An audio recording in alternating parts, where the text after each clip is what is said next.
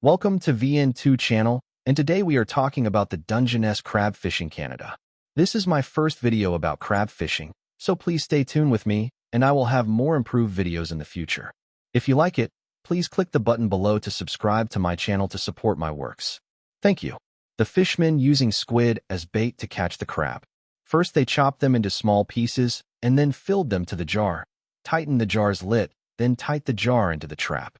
Each trap able to contain 3 jars of baits, and they are being added one by one each time they are pulled up from the ocean.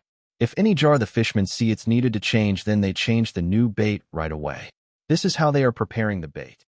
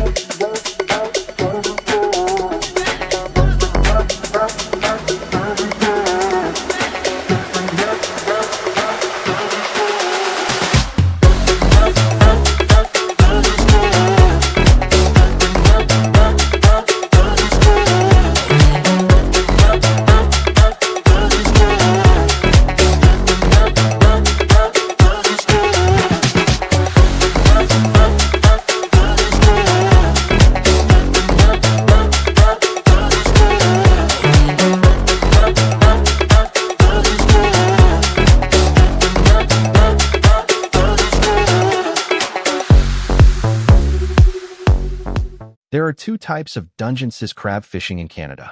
One type is that you can only fish locally, which is close to the shoreline, and the other type is you fish farther from the shoreline.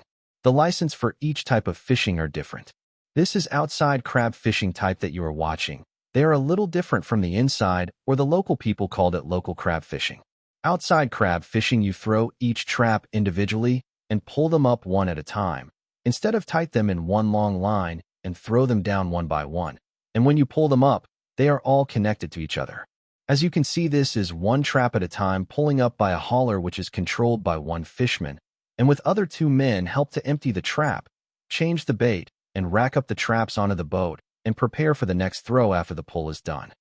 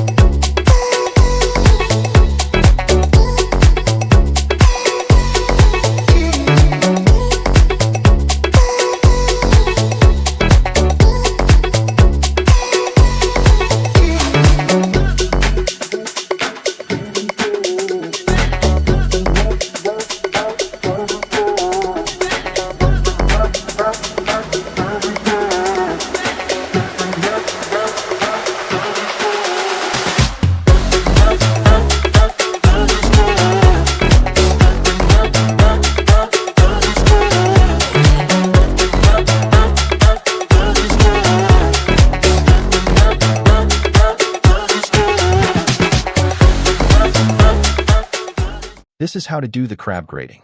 First, you need to feel if it's hard or soft. Fishery Canada do not allow any soft crab to be catch, and they need to be released back to the ocean, and you can keep the hard shell crab. You need to make sure you can keep up with the speed of the next trap being pulled up, or you will slow everyone down, and it will waste a lot of time. As well as the size of the crab.